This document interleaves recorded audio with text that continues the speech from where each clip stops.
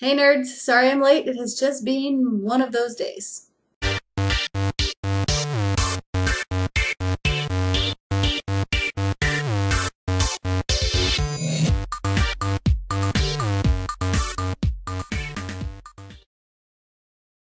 Hey guys, so I'm currently in the process of revising my next book, Four of a Kind, and I am up to my eyeballs in it. I eat revisions, sleep revisions, breathe revisions.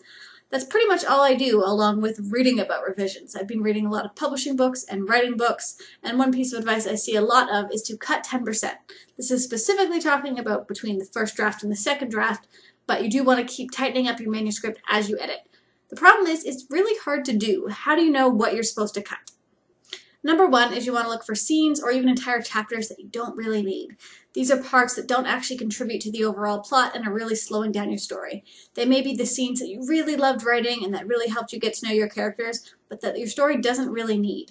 Definitely don't delete these outright. Store them somewhere for later. You never know when these same ideas are going to come in handy. But if you don't need them, don't put them in your book.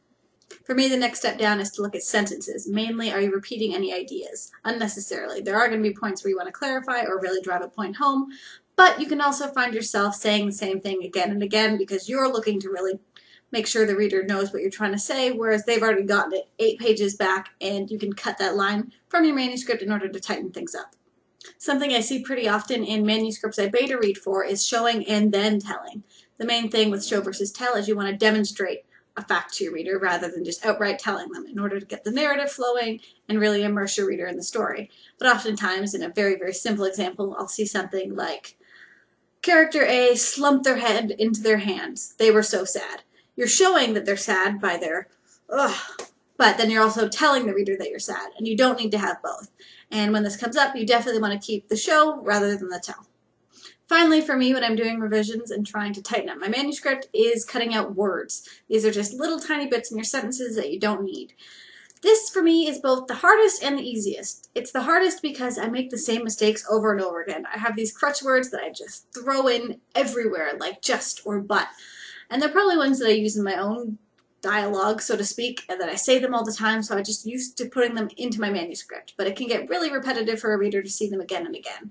So for these ones, I usually just do a search in my Word document or in Scrivener and look for those words and find the ones I can either rephrase or get rid of altogether. Where the easy part comes in, for me at least, is once I'm actually sitting down and reading my manuscript with an eye specifically out for which words I can get rid of and where I can tighten up individual lines of prose. If you're not sure where to start, do a Google search for filler words and you'll get full lists of words that just don't need to be there and can often be taken right out of a sentence, and it will still make just as much sense as it did before, and it's a much cleaner read for your reader. Well guys, that's me done for today. At last, it is time for me to go to bed. So I will hopefully see you all on Sunday for our next live WordNerds chat where we're talking about common writing mistakes.